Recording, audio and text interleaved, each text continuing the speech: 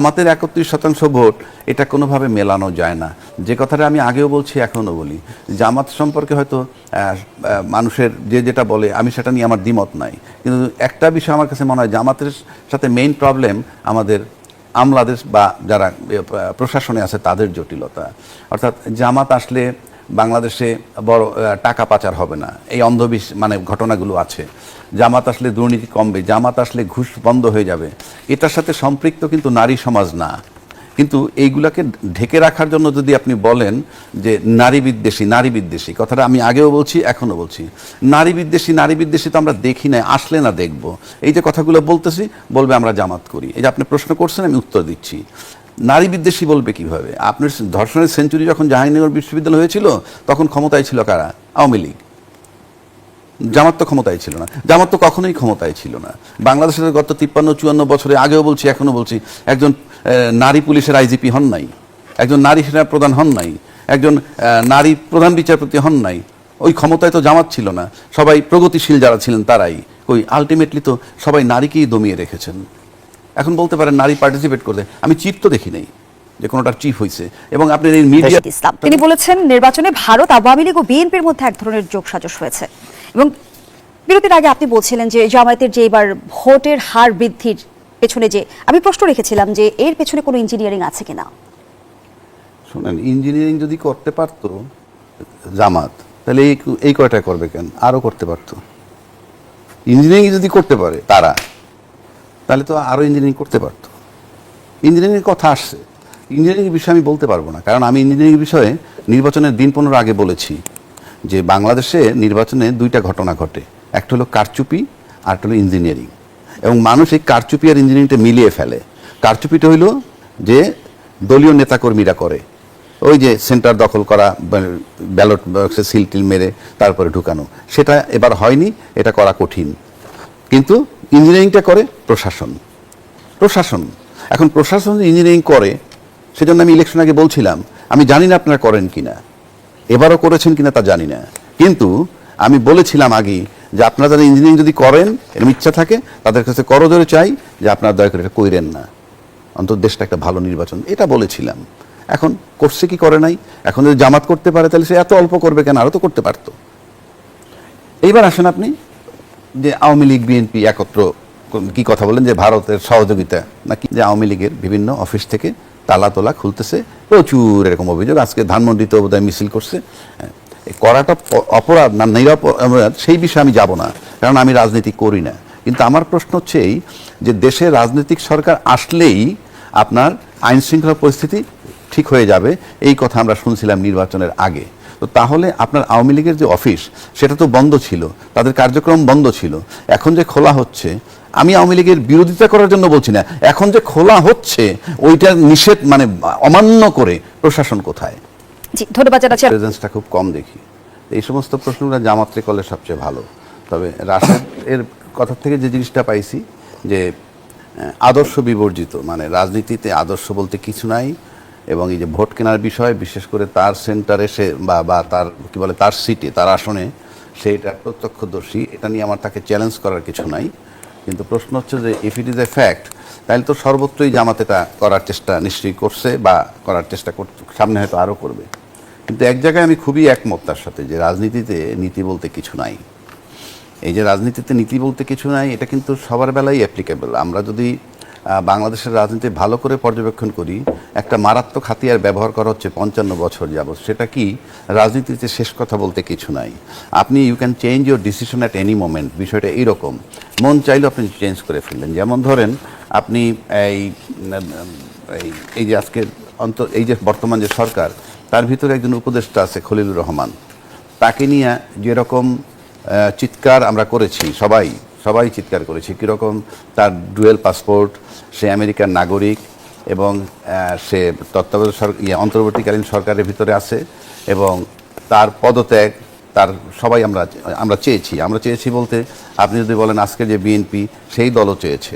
অথচ আপনি দেখেন আজকে কিন্তু নির্বাচিত হওয়ার পর সেই দলের মধ্যে সে একটা ভাইটাল মন্ত্রী, পররাষ্ট্রমন্ত্রী, it is almost next to prime minister, এরকম একটা জায়গায় সে মন্ত্রী আছে।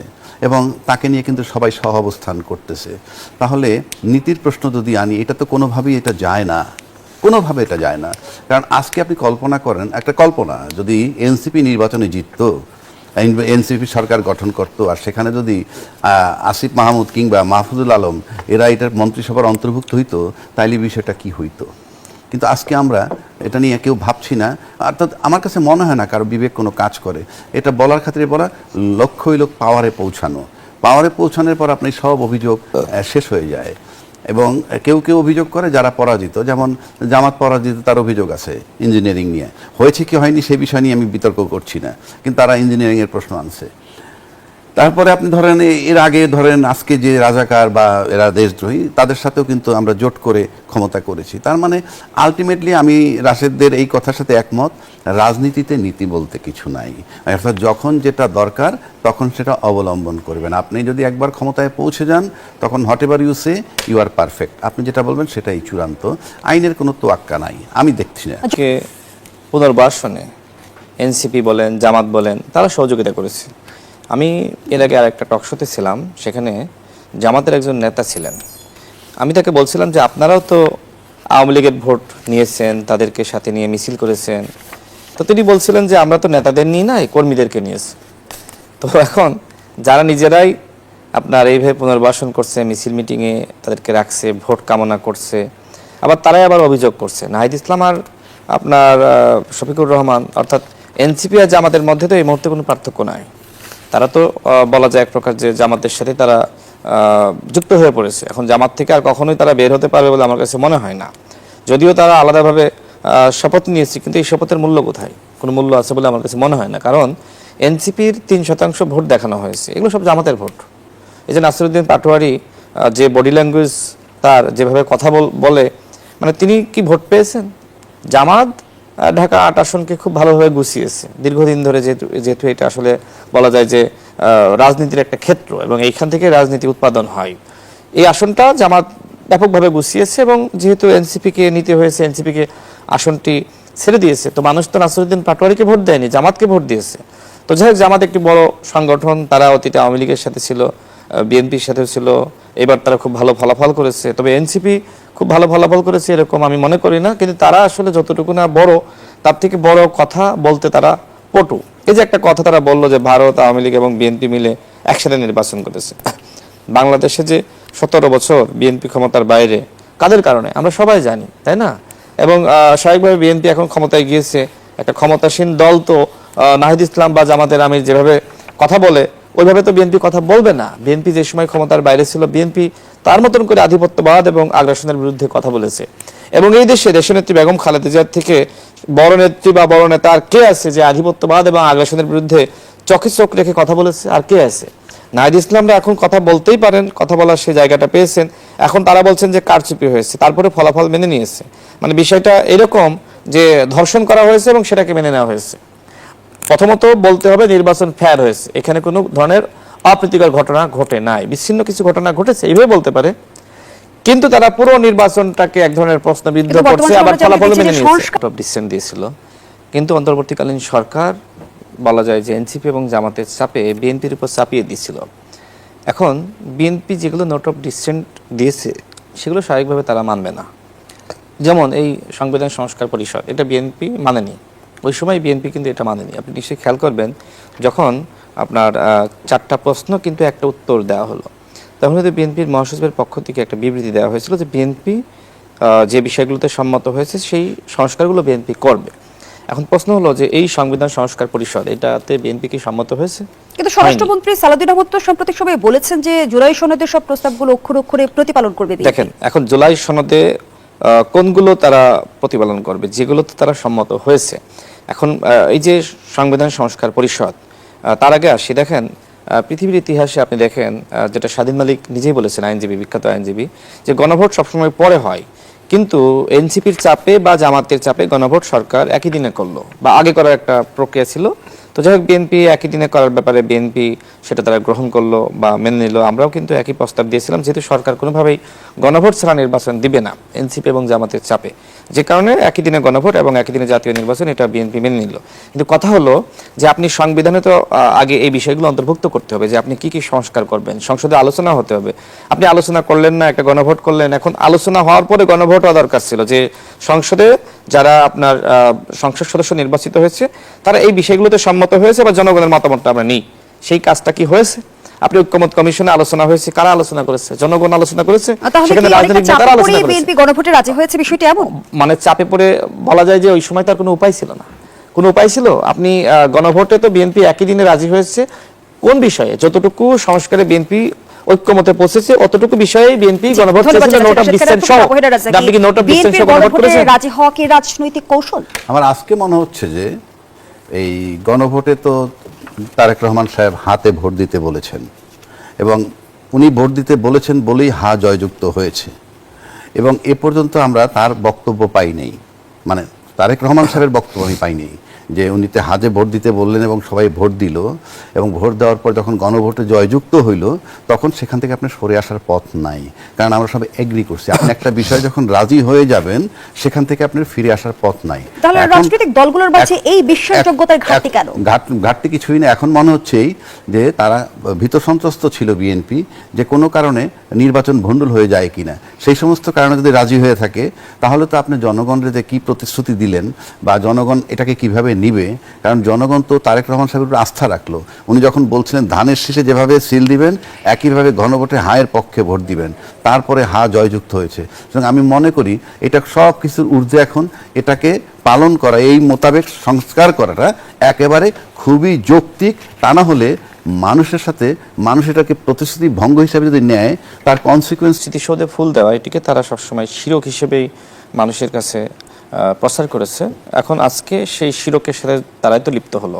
তার মানে এতদিন আসলে তারা যা প্রচার করেছে তার সাথে তারা লিপ্ত হয়েছে। এটি জনগণের সাথে এক ধরনের ধোঁকাবাজি। মূলত জামাত ইসলাম মনে করছে যে শুধুমাত্র একটি ইসলামিক দল হিসেবে তাদেরকে দেশের জনগণ কিংবা আন্তর্জাতিক সমর্থনও তারা আসলে পাবে না। তো সেই জায়গা থেকে তারা তাদের মধ্যে পরিবর্তন আনার চেষ্টা করছে। সেই পরিবর্তনের অংশ হিসেবে দেখলাম যে তারা আসলে শহীদ মিনারে ফুল দিতে গেছে। এখন আসলে তারা কি মানে এটি স্বীকার করে কিনা সেটি আমার কাছে মনে হয় তাদের কাছে প্রশ্ন করা উচিত। তবে আমরা দেখলাম যে সেখানে তারা আবার গোলাম আজমের নামেও স্লোগান দিয়েছে। আপনি নিশ্চয়ই দেখেছেন, রাজ্জাকি ভাই নিশ্চয়ই দেখেছে। তো বাংলাদেশের প্রতি যে ধরনের ভালোবাসা থাকা দরকার ছিল, মাঝে মধ্যে মনে হয় যে বাংলাদেশের থেকে অন্য দেশের প্রতি তাদের বেশি ভালোবাসা। কোন দেশের প্রতি বেশি ভালোবাসা সেটি তারাই বলতে পারে আমার কাছে মনে হয়। কারণ রাষ্ট্রের এতদিন বলছে যে রাষ্ট্রের আসার, মানে গতকাল রাতে দেখলাম, মানে আজকে তো গতকাল রাতেই তারা বলছে রাষ্ট্রের আসার। তো রাষ্ট্রের আসার কেন অতীতে মানে নাই? অতীতে তো জামাত ইসলামের পক্ষ থেকে মন্ত্রী হয়েছে, তখন তো মানে নাই। এখন হঠাৎ করে রাষ্ট্রের আসার তারা মানা শুরু করলো। জামাত ইসলামের আমি ঝিনাইদহ 4 আসন থেকে ইলেকশন করতে গিয়ে আমি যেটা দেখলাম যে জামাত ইসলাম আসলেই পুরোপুরি প্রতারণার রাজনীতি করছে, মানুষের সাথে ধোঁকাবাজি করছে। বিশেষ করে আপনি নিশ্চয়ই শুনেছেন জান্নাতের টিকিট তারা আসলে বিতরণ করে। তো এবার আমি দেখলাম যে জান্নাতের টিকিটের নামে কাঁচা টাকা দিয়ে তারা ভোট কিনেছে। এবং আমি যে আসন থেকে নির্বাচন করেছি ঝিনাইদহ 4 আসন থেকে, সেখানে আপনি খোঁজ নিতে পারেন প্রায় আপনার 5 থেকে 6 কোটি টাকা শুধুমাত্র ফেস্টুন লাগিয়েছে। মানে যেখানে আপনি তাকাবেন সেখানে জামাতের যিনি প্রার্থী ছিলেন তার ফেস্টুন। অথচ হলফনামা হয়তো সে সর্বোচ্চ 25 লাখ টাকা বা 20 লাখ টাকা দেখিয়েছে, কিন্তু তার প্রচারণার ক্ষেত্রে তিনি এত টাকা ব্যয় করেছেন। দ্বিতীয়ত যখন মানে সমাবেশে একজন বিদ্রোহী প্রার্থী ছিলেন, আমাদের যারা ছিল আমরা একটা প্রোগ্রাম করেছিলাম, এই প্রোগ্রামে সব থেকে বেশি লোক হয়েছে। এরপরে তারা যখন দেখলো যে না এখন তো মানুষ আমাদেরকে সমর্থন দিচ্ছে না, এরপরে তারা ওই 3টা দিন বাকি 3টা দিন মিলে তারা হিউজ পরিমাণে ভোট কিনেছে। মানে জামাত ইসলাম এই কাজগুলো করেছে। তারা তো একসময় আমরা দেখলাম গণঅভ্যুত্থানের পরে বিশেষ করে তারা ওয়েলফেয়ার পলিটিক্স, যেটাকে ওয়েলফেয়ার মেকানিজম, তারা এটা অ্যাপ্লাই করে মূলত মানুষকে বিভ্রান্ত করেছে। যেমন বিশ্ববিদ্যালয়গুলোর ছাত্র সংসদ নির্বাচনে বৃত্তির নামে শিক্ষার্থীদেরকে এক প্রকার নিজেদের বক্সে বন্দি করা বা ভোট দেওয়ানো, এই কাজগুলো তারা করেছে। বৃত্তি দেওয়া, কেউ অসুস্থ হলে বা কারো বাবা অসুস্থ হলে 5 লাখ টাকা বা 5-10 লাখ টাকা দান করা, এরপরে তাদের যে হাসপাতাল রয়েছে সেখানে আপনার ফি অর্ধেক করে দেওয়া, এই কাজগুলো তারা করেছে। কাজগুলো আমি খারাপ বলছি না, কিন্তু কথা হলো যে একটা ওয়েলফেয়ার স্টেট এবং একটা পলিটিক্যাল পার্টি যখন ওয়েলফেয়ার মেকানিজম ব্যবহার করে, এর ভিতরে আসলে পার্থক্য আছে। একটা স্টেটকে যখন আপনি ওয়েলফেয়ার করবেন সেটা সবার জন্য ভালো, কিন্তু যখন আপনি একটা পলিটিক্যাল পার্টি এই ওয়েলফেয়ার মেকানিজম মানে কি কালো টাকা এবং পেশি শক্তি ব্যবহার করা, যে কালো টাকার বিরুদ্ধে সবসময় তারা কথা বলে, কিন্তু এই যে ভোটে নির্বাচনে তারা যতগুলো আসন পেয়েছে আমার কাছে মনে হয় যে তারা একটা প্ল্যান নিয়েছিল। প্ল্যানটা কি? টাকার বিনিময়ে ভোট কেনা। এবং আজকে আমি একজনের সাথে কথা বলছিলাম, তিনি আমাকে বলছিলেন যে নির্বাচনী রাজনীতিতে ভোটের আগে কারোর মাথা ঠিক থাকে না, নীতি নৈতিকতা থাকে না। সেই জায়গা থেকে জামাত হয়তো এই কাজটি করেছে।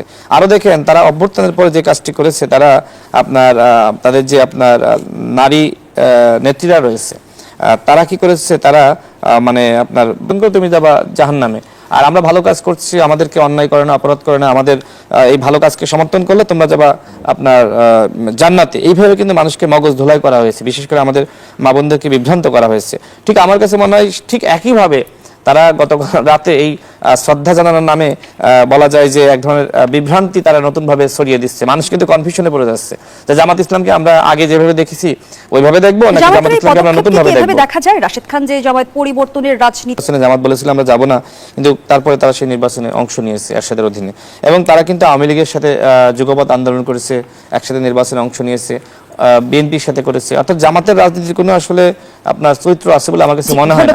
তাদের ক্ষমতার জন্য তারা শত্রুর সাথেও বন্ধুত্ব করে। আমি একটু শেষ করি, দেখেন যেমন এনসিপি, এই এনসিপি নিয়ে আপনার কাছে আমার আমি আসতেছি 30 সেকেন্ডে শেষ করি। যেমন এনসিপি কে নিয়ে তো জামাত বিবৃতি দিয়েছে তাদের নেতাদের নিয়ে, এমনকি এনসিপিও কখনো কখনো বলেছে যে, যেমন নাসিরউদ্দিন পাটোয়ারি যাকে 8 সমর্থন দিয়েছে, তিনি বলেছেন যে জামাত ইসলাম ভারতের এক্সটেনশন, ভারতের একটি দল।